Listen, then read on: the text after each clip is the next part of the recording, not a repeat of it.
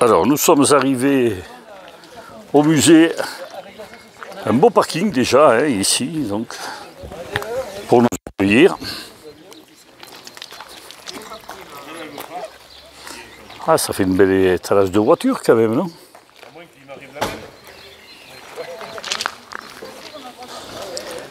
On installe le fanion devant le musée. Déjà, on croire que le musée nous appartient.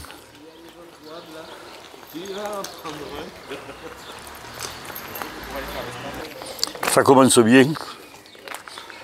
On a la police aux fesses.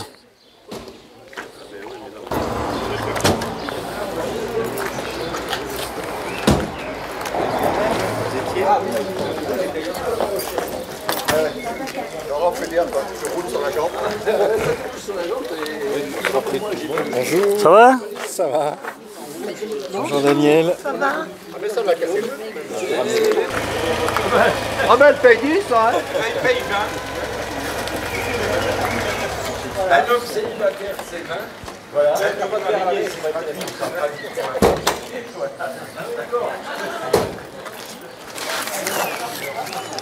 Tu es obligé de te piquer tes phares. Vraiment plus beau que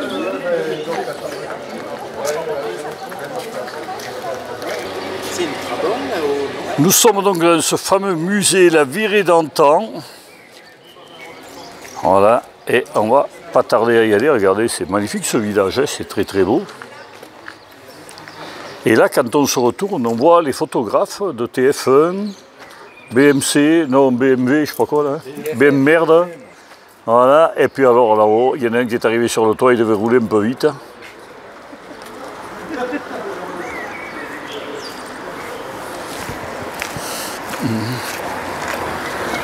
Allez, on rentre. Votre voix est vraiment reconnaissable. L'autre fois, on était au 15 août, on était à Aumont-Aubrac, dans le petit chalet de la Lozère, là, et vous avez animé le feu d'artifice. Oui, hein? J'y étais, ouais. Voilà, à Aumont-Aubrac, ouais. Ouais. Ah, j'ai dit ça. Chaque année, on fait ça, on fait la sono. Oui, ouais.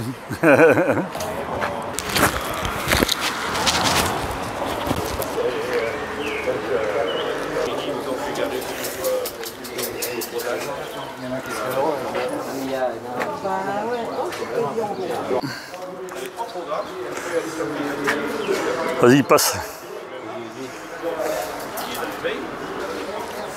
La région agit pour le patrimoine. Ah, ben voilà, là on se reconnaît. Et il y a mon copain Perry qui va être content. Oh, ma bébé Peugeot là-haut. Oh, ma voiture, ma moto. Ma mobilette quand j'étais petit. Oh là là. C'est pas possible. Elle est là. Moi qui l'ai cherchée partout. Ah, j'en ai dragué des filles avec ça, je vous le dis.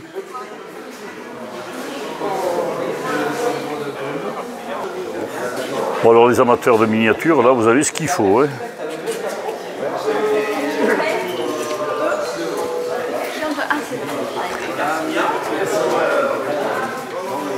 Vous savez bien, hein, dès qu'il s'agit d'argent, c'est pas les hommes qui gèrent. Hein. Bonjour madame. Voilà. Merci. Eh bien voilà, regardez, on a un petit souvenir en plus. Ah ouais. C'est quoi qui marche pas des celui-là? C'est le GPS. Alors ça, c'était la moto de l'usine à Seychelles-d'Apcher. Ils avaient ça pour travailler, pour aller réparer la plomberie. C'était l'atelier plomberie, donc qui est avec ça. Il y en a qui vont s'en souvenir en voyant la vidéo. Hein. C'est un triporteur Peugeot de 1954.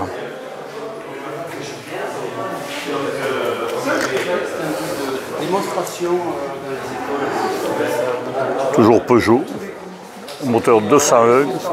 C'était des voitures qu'avait mon père. Et alors il achetait ça pas cher à l'époque. Ah ouais. Combien ça fait de vitesse? Il y a 3 vitesses dessus? Ah, je ne me rappelle plus, moi. Ouais, hein, non, ouais. c'était pour savoir. Moi, c'était ça que j'avais quand j'étais jeune, la bébé Peugeot. Là. Ah, mais là-haut, oui, connu ça. Ouais. Devant, j'étais gamin. Ah, ouais, moi, j'avais ça. Ah, mais ça marchait bien. Ah, ouais. Même l'autre à côté, ouais. Ah, ben elle marchait mieux, celle-là. La Peugeot, ah, oui. Mais nous, on était pauvres, on avait ça. Ah, mais oui, mais c'est pas la même année aussi. Ah, non, c'était une 50, moi. Hein, 50 pas la cm. même année.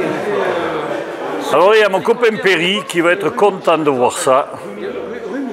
Parce que je crois qu'il a le même en... C'est un scooter, voilà, c'est un scooter italien. Ah, mais c'est un scooter. Il y avait du 250. Ils avaient le moteur incliné, mais c'était moitié moto, moitié... Bienvenue à la Virée d'Antoine. Alors heureux d'accueillir les citroënistes ce matin, qui vont être ravis d'apprendre qu'ils viennent de pénétrer dans ce qui fut l'un des plus anciens garages Peugeot de France. 1907-2010, 103 ans d'histoire sous la marque Lyon. Et c'est pour cette raison que dans la zone d'accueil, vous ne verrez que des Peugeot. Mais alors rassurez-vous, vous verrez plein d'autres marques, plein d'autres véhicules.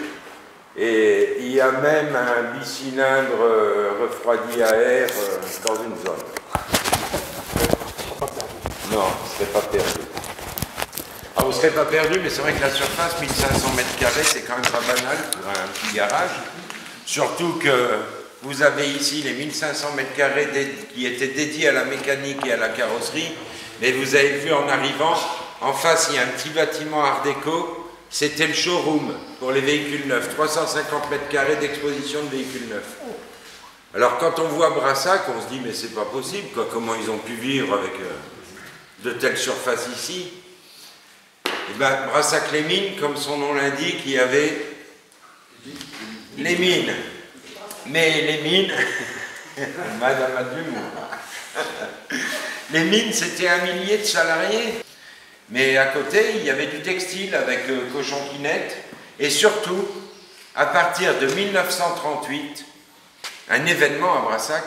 Alors, 38, on est 2 ans après le Front populaire et les congés payés. Donc, il y a des congés, et il y a surtout l'équipementier automobile Dusselier. Dusselier à Brassac-les-Mines en 1938, c'est 6000 salariés, 6 fois plus que dans les mines. Et quelque chose d'exceptionnel, il y avait la parité homme-femme. Ça n'existait pas ailleurs en France. Je rappelle que les femmes, avant-guerre, avaient besoin de l'autorisation de leur mari pour travailler, et malheureusement, ou heureusement, je ne sais pas, et là-dessus, on ne va pas débattre, mais elles ne l'avaient pas très souvent. Elles avaient l'autorisation souvent dans le textile, parce qu'elles travaillaient entre elles, dans les pêcheries en Bretagne et sur l'Atlantique, sud-Atlantique d'ailleurs, enfin sud de la France côté Atlantique, voilà, parce que les gars étaient en mer, et du coup elles traitaient de poissons. Mais ailleurs, à croire que les gars avaient peur qu'elles rencontrent d'autres hommes, je ne sais pas. On a d'ailleurs entendu parler de la génération facteur, mais c'est pareil, on ne va pas débattre là-dessus. Bon, et donc, grosse activité. La guerre est arrivée, Paul Maisonneuve, fondateur du garage, a obtenu de monter les véhicules utilitaires en gazogène, ce qui a permis de maintenir un petit peu l'activité. Et vous imaginez bien qu'après-guerre, tout a repris plein pot, les mines, Dusselier, les sous-traitants, les commerçants, plus de 8000 salariés. Dans le garage, en 1962, il y avait 22 salariés. À la fermeture en 2010, il en restait 5. 1982, c'est ici qu'a été battu le record de vente de France des agents Peugeot. Mais malheureusement, et j'ai bien dit malheureusement, ça s'explique, les mines ont fermé en 78, Dusselier a fait sa première grosse vague de licenciements en 81, quand les licenciés de la mine et Dusselier ont touché leur indemnité, bizarrement, qu'est-ce qu'ils ont fait? Ils ont acheté de la voiture, et ce qui a provoqué le record de France de vente ici, mais qui a aussi provoqué le déclin de Brassac et du bassin minier. Donc je vous disais, fermeture définitive 2010, Michel Brunel, le dernier exploitant, a pris sa retraite, il n'y avait pas de repreneur.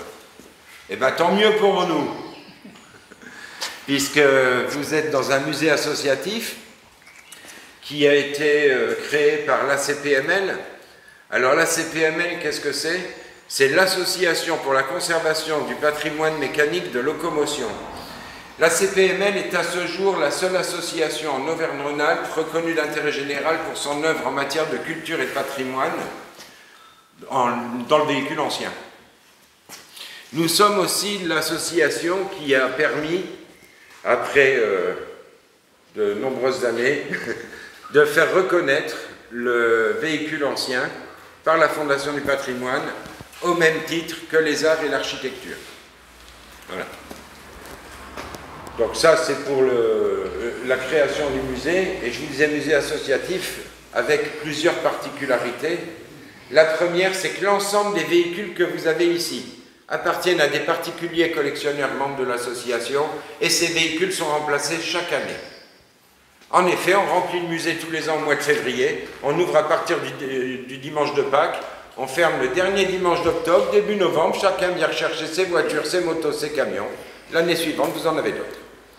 Nous avons une zone à thème. Le thème cette année, c'est les véhicules de compétition. Donc pour ceux qui aiment la compétition, ben, vous serez gâtés. Je peux vous dire 2-3 thèmes qu'on a eu les autres années.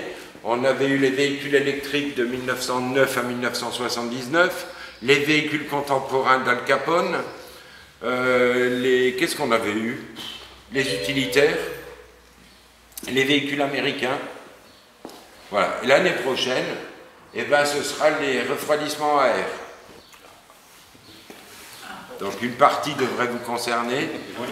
Bon, après, voilà, il y a plein d'autres marques qui ont fait des moteurs à refroidissement à air. Hein. On pense tout de suite à Panhard aussi, intégré par Citroën, donc forcément, certains intégristes vont dire Panhard, de toute façon c'est Citroën. Non, c'est pas Citroën, c'est beaucoup plus tordu que Citroën. Donc monsieur a posé une question au départ, et je lui ai dit, oui, pas de problème. Effectivement, ici, vous pouvez prendre toutes les photos que vous voulez, et en faire tout ce que vous voulez. On s'en fout. Ce que vous allez voir aujourd'hui, ça sera plus là l'année prochaine. Tous les musées interdisent les photos parce qu'ils ont peur que ça se voit. Nous, on change tout, on s'en fout. Donc lâchez-vous, faites-vous plaisir. La seule chose qu'on vous demande, c'est de ne pas passer les chaînes, de ne pas toucher au véhicule. Vous avez besoin de quelque chose, vous demandez. Avant de vous laisser déambuler, si vous voulez, si vous n'en avez pas marre de m'entendre, je peux vous raconter 2 petites histoires sur 2 véhicules que nous avons ici, et c'est pas banal. Avant, vous avez peut-être vu le lion qui est au mur, donc vous sur votre droite, puisqu'il est à ma gauche. Alors, ce lion a une petite histoire aussi. C'est un bas-relief en plâtre sur Latibois. Il date de 1912. Il est ici depuis 1912. Et en fait, ce lion est l'un des 3 lions réalisés à la demande de la famille Peugeot pour récompenser leurs 3 meilleurs points de vente en 1912. Vous en avez un autre qui se trouve à Dain-sur-Oron dans le Cher, dans un garage Peugeot qui est toujours en activité. Et le 3e se trouvait à Courbevoie, mais celui de Courbevoie a été détruit. Puisqu'on parle du lion, est-ce que vous savez comment est né le lion Peugeot ? Est-ce que ça vous intéresse de le savoir? Mais oui. Oui? Eh bien, je ne vais pas vous le dire comme ça. On va faire un petit jeu, il y aura un petit cadeau à la clé. Alors, le lion Peugeot est né en 1842. En même temps qu'un outil de la marque Peugeot a été élu meilleur outil au monde. Le moulin à café. Ce n'est pas le moulin à café. Bon, là on va tout entendre. Donc le mieux c'est qu'on fasse... je vais vous donner un indice, vous allez voir, c'est assez simple. On va chercher une série télé avec une petite chienne. La scie. Et que faisait la scie quand un méchant s'approchait d'elle? Demander. Non. Grogner. Non. Montrer les dents. Oui, aussi, mais... Elle a boyé. Elle aboyait. Eh bien, mesdames et messieurs, la scie à bois a été élue meilleur outil au monde en 1842. J'ai gagné. Le rapport avec le lion. Alors, certains disent, bah, de toute façon, c'est le lion de Belfort. Eh bien non, parce que Bartholdi n'avait même pas encore pensé à le réaliser quand Peugeot a pris le lion comme emblème. Simplement, on sait que le berceau Peugeot, c'est la Franche-Comté. Sur les armoiries de la Franche-Comté, il y a un lion, et le rapport avec la scie, en fait, c'est la souplesse du lion, la souplesse de la lame de la scie, la dureté des dents du lion, la dureté des dents de la lame de la scie. Voilà comment est né le lion Peugeot. D'accord. Comment? Merci. Le lion, c'est un gros fainéant. C'est un gros fainéant, c'est les femmes du Bosque. Bon, et ça serait pas le moment de leur faire comprendre leur vie, d'accord? Alors, juste un petit mot. Vous avez la 201 qui est là-haut. Si vous regardez les photos sur les sites, vous verrez qu'elle est là depuis 2019. C'est qu'en fait, pour nous, cette 201, elle fait partie des murs. C'est à ce jour la plus ancienne voiture vendue neuve ici qu'on a pu retrouver. Donc elle a été vendue neuve en 1936 par Paul Maisonneuve dans le garage, une deuxième fois en 1953 d'occasion, et elle a été rachetée par la petite dame qui se trouve à l'accueil aujourd'hui en 2019. Elle avait envie de rouler avec, mais comme l'histoire fait qu'elle est née ici, cette voiture, et puis qu'elle a grandi dans le coin, puisque finalement elle n'avait jamais quitté Brassac, on lui a kidnappé et on la garde. Enfin, de toute façon, on garde les deux, la propriétaire et la voiture. Alors, cherchez. Vous l'avez mise en hauteur pour pas qu'elle vous la vole. On se méfie parce qu'elle est costaud quand même. Bon, là je vais faire ce que vous n'avez absolument pas le droit de faire chez nous pour vous parler d'un véhicule qui se trouve à l'entrée ici. Une épave, mais que fait une épave dans un musée? Alors, pour répondre à cette question, on pourrait déjà, je vais vous dire un mot, s'il y a des lecteurs d'NVA, cette semaine ils ont pu apprendre quelque chose, sinon je vais vous donner l'info. Le musée des véhicules présidentiels, vous vous en souvenez? Donc il a vendu l'intégralité de la collection des véhicules présidentiels et il vient de créer au château le musée des sorties de grange. Voilà, donc il y a plein de véhicules sortis de grange avec leur poussière exposés. Mais c'est pas lui qui nous a donné l'idée de ça parce que ce véhicule va être restauré. C'est quoi ce camion? C'est un Peugeot 1583B qui date de 1929. Bon, jusque-là, 1583B pas très connu, même Peugeot a un peu de mal. Visiblement, ça serait le seul survivant. Et puis, comme il tourne encore, on pense vraiment le restaurer. Mais l'histoire que je vais vous raconter, c'est pas celle-là. C'est qu'en fait, ce camion, il est arrivé ici d'une manière assez sympathique. Une dame âgée appelle, puis elle me dit, voilà, un vieux camion sur l'exploitation, enfin, on n'exploite plus, mais le camion, eh ben, on l'a depuis 1929. Et là, moi, je vais aller en maison de retraite, j'ai 86 ans, les enfants vont vendre la propriété, qu'est-ce que j'en fais? Je lui dis, écoutez, je viens voir. Donc je monte avec la dépanneuse, elle me présente ses fils et le camion, et elle me raconte qu'en fait, c'est Jean-Baptiste Guillot, la ferme Guillot au Brugeron, très connue jusqu'au milieu des années 80. Il faisait du fromage, la fromagerie Guillot. Et donc Jean-Baptiste Guillot, en 1929, avait besoin d'un utilitaire, parce que il envoyait ailleurs, ça commençait à se répandre, donc pourquoi pas lui. La commune était étendue, il fallait livrer le fromage, chercher le lait. Il va à la concession Peugeot d'Ambert. À Ambert, le patron lui dit, j'ai quelqu'un qui l'a commandé, finalement il ne peut plus le payer, donc il est disponible tout de suite si tu veux. Jean-Baptiste Guillot achète le camion, il travaille avec. Et puis un jour, Jean-Baptiste meurt. Son fils reprend l'exploitation et continue à travailler avec le camion. Celui-ci meurt également. Son fils reprend le camion, continue à travailler sur l'exploitation. Jusqu'à Madame Sénectaire, la fille Guillot, a épousé Monsieur Sénectaire. Elle a travaillé sur l'exploitation jusqu'en 1987 avec ce camion. Ils l'ont gardé. Il servait encore tous les ans à la fête du village. Sortait juste une fois par an pour la fête du Brugeron. Et puis, donc j'ai chargé ce camion, cette belle histoire, et au moment de partir, elle me dit, attends, pars pas comme ça. Elle ouvre le tiroir, elle sort un dossier épais comme ça, dans lequel nous avons le bon de commande, la facture d'achat, tout l'entretien, tout le suivi du camion depuis 1929, et un papier qui m'intrigue, parce qu'il est jauni, il y a un trombone bien rouillé. Qu'est-ce que c'est que ça? Ministère de la Guerre, daté de 1935. Demande d'inventaire, d'inventaire des véhicules utilitaires sur le territoire français réquisitionnables en cas de conflit. Le papier est rempli, mais comme il y a un trombone, je tourne, il y a une autre feuille d'eau. Il y a un courrier du maire du Brugeron qui, en 1935, explique au ministère de la Guerre qu'il serait vraiment embêtant que le véhicule soit réquisitionné en cas de conflit, parce qu'une convention est signée entre la fromagerie Guillot et la commune. En effet, la commune est très étendue, c'est le seul véhicule utilitaire. Il y a une convention, celui-ci sert de corbillard. En cas de conflit, nous risquerions d'avoir plus de morts et donc besoin de notre corbillard. Merci de ne pas rendre ce véhicule réquisitionnable. Réponse du ministère de la Guerre. Tout est avec ce trombone bien rouillé. Devant les arguments apportés par monsieur le maire, nous acquiesçons à sa demande et le véhicule ne sera pas réquisitionné en cas de conflit.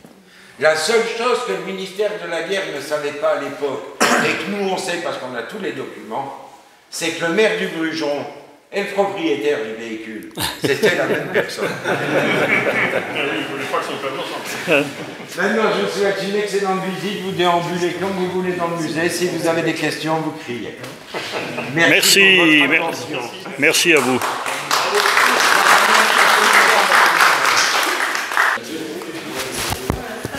Le lion Peugeot.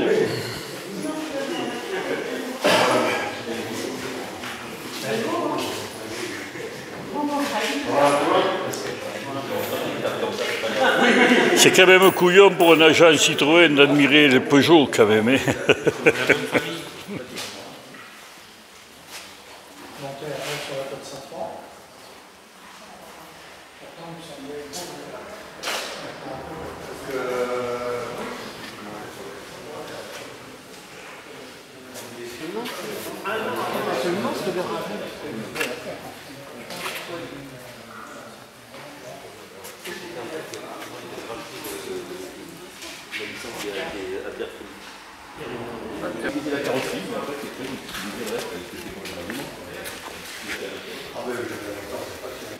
Elle était décalée la deuxième place. Les amis de car, toujours il y en avait plein au mois de juillet là-bas. Il fallait le sou pour monter la table. Ah oui, c'est pas moi qui le Ah non.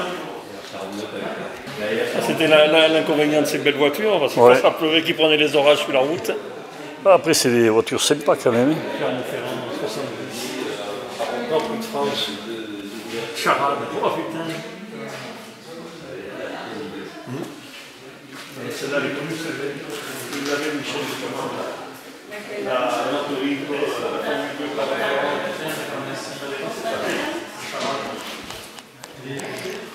2 Là il y a le coffre-fort. Mais il y a un mec, sinon on l'aurait fait. Attends, je m'en vais.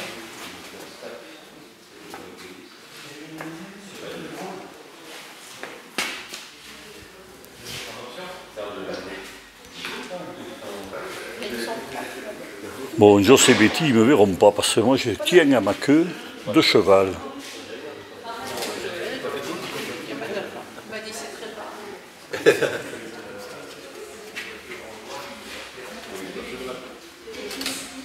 Au bon marché.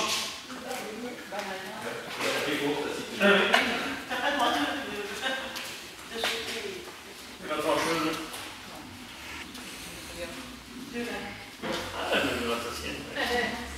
Elle est contente, ta dame, hein? Mais ça s'appelle plus la glace, ça c'est Le Barbie.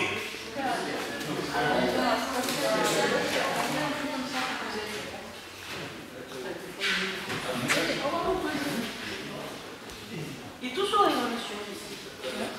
Il est tout sourire, monsieur.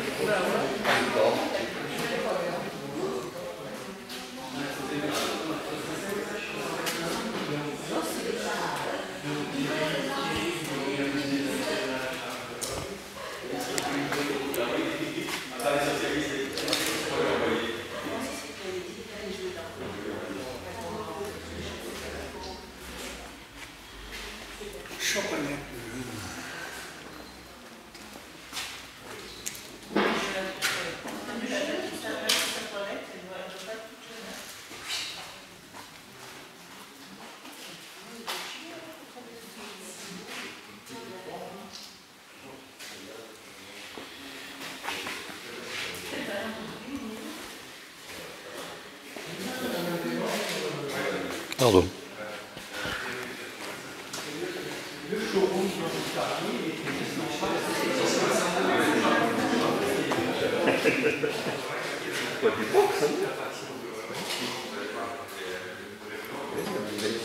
Fixe.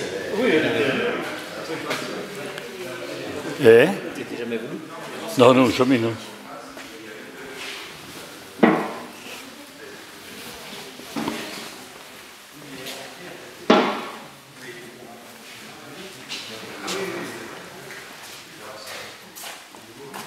La Rosinga.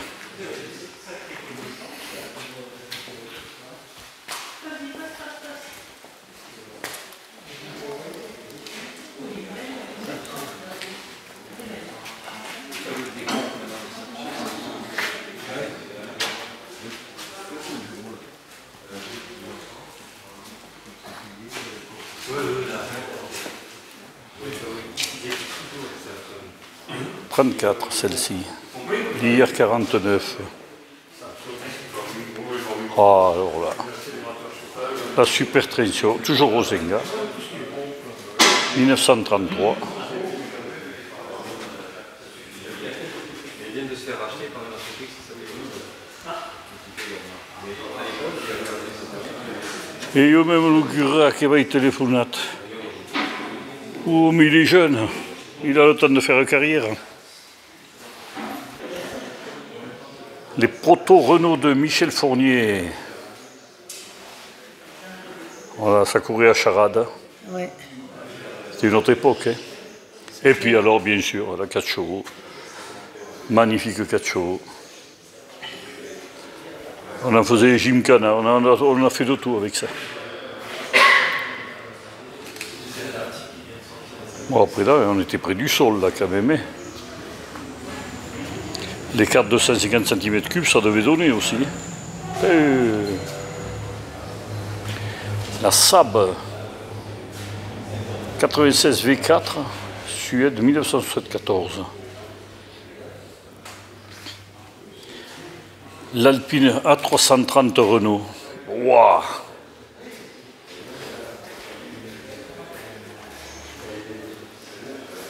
Patrick de Paillet. Monoplace. Engagé au championnat de France de 2000.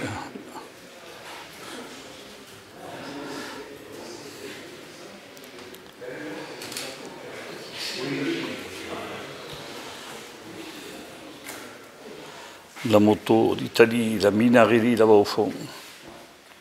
Ici c'est une Martini 1984.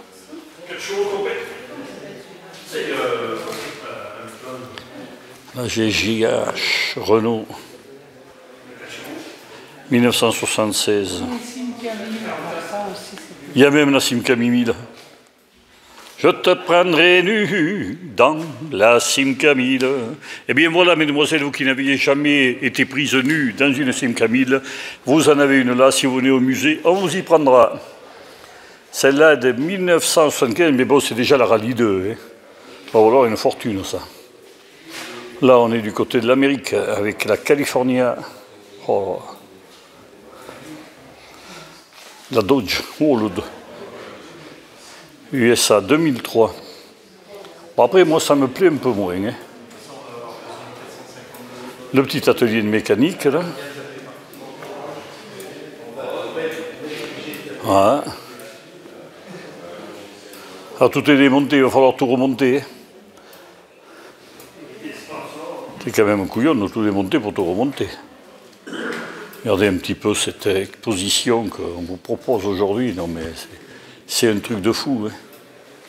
Il y a tout, même de l'italien, l'OM Leoncino de 1963. Leoncino. Ouais.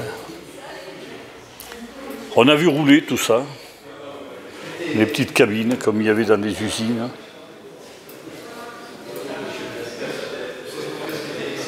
Allez, le shérif en Amérique, comme vous avez pu le voir dans les films.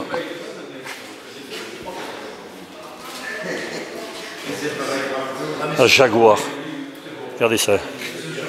Elle est de 1975. Magnifique. Ah, c'est vraiment exceptionnel. Moi, je vous conseille de venir voir ce musée.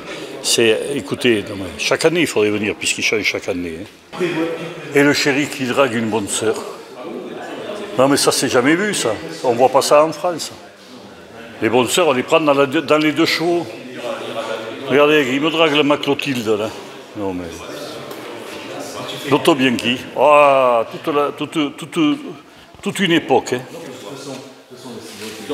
Ils ont tous les renseignements pour la Strigole. Ils ont tous les renseignements pour 1966.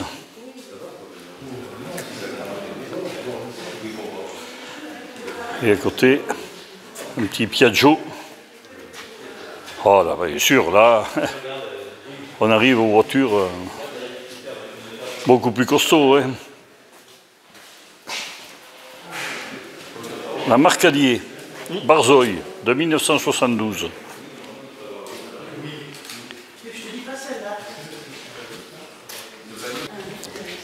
La Ferrari, 1973. Après, c'est des voitures, je ne sais pas si c'est le fait que je n'arrivais pas à me les payer, mais elles ne m'ont pas tellement jamais plu, quoi. Ah, je préférais ma 4 chevaux. Pas pareil. Mais celle-là, la 4 chevaux, j'arrivais à me la payer. Là, c'est une Renault 17 Turbo.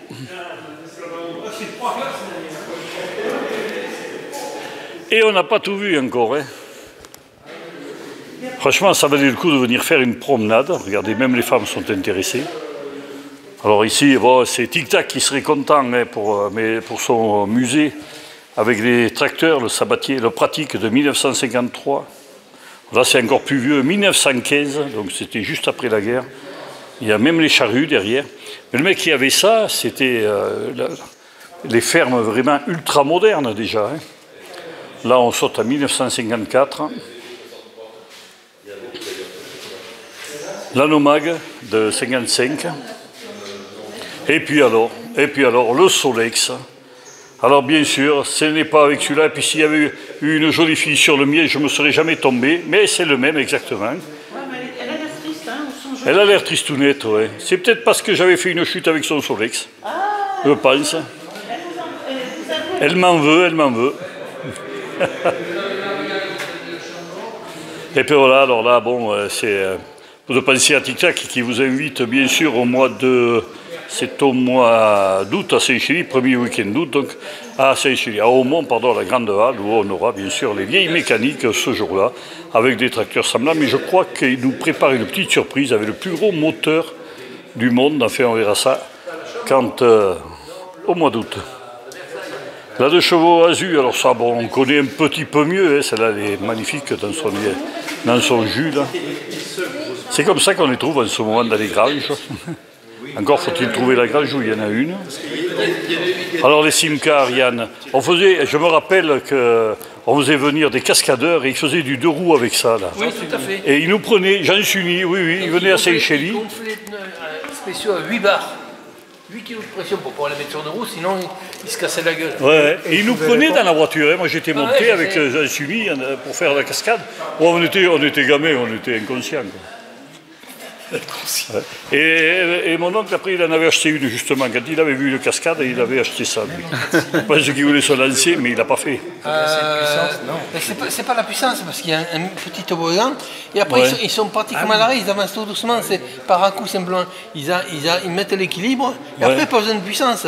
Et ils montaient dessus. Et il y en a un qui sortait par la fenêtre, qui montait dessus. Ah, c'était incroyable à l'époque. Hein. Il fallait voir ça, c'était rigolo. Hein. Le coupé sport 850 de chez Fiat. Encore quelques motos pour mon ami Perry qui regardera les motos, donc il va se régaler là. On va y mettre quelques photos quand même, hein, au cas où il aurait envie d'en réparer d'autres. Et puis l'Acadiane. Alors ça, bien sûr, on y est en plein.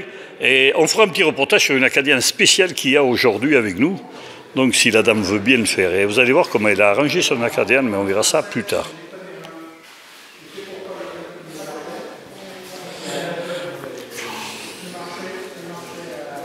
Là, on saute chez Renault, donc l'Alliance 85, l'auto-école. Moi, je n'avais pas passé avec ça. Hein.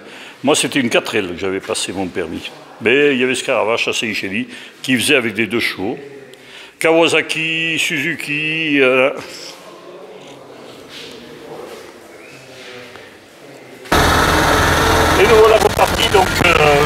musée, hein, et puis je sais pas, on va aller très certainement prendre un petit repas quelque part, on va voir ça.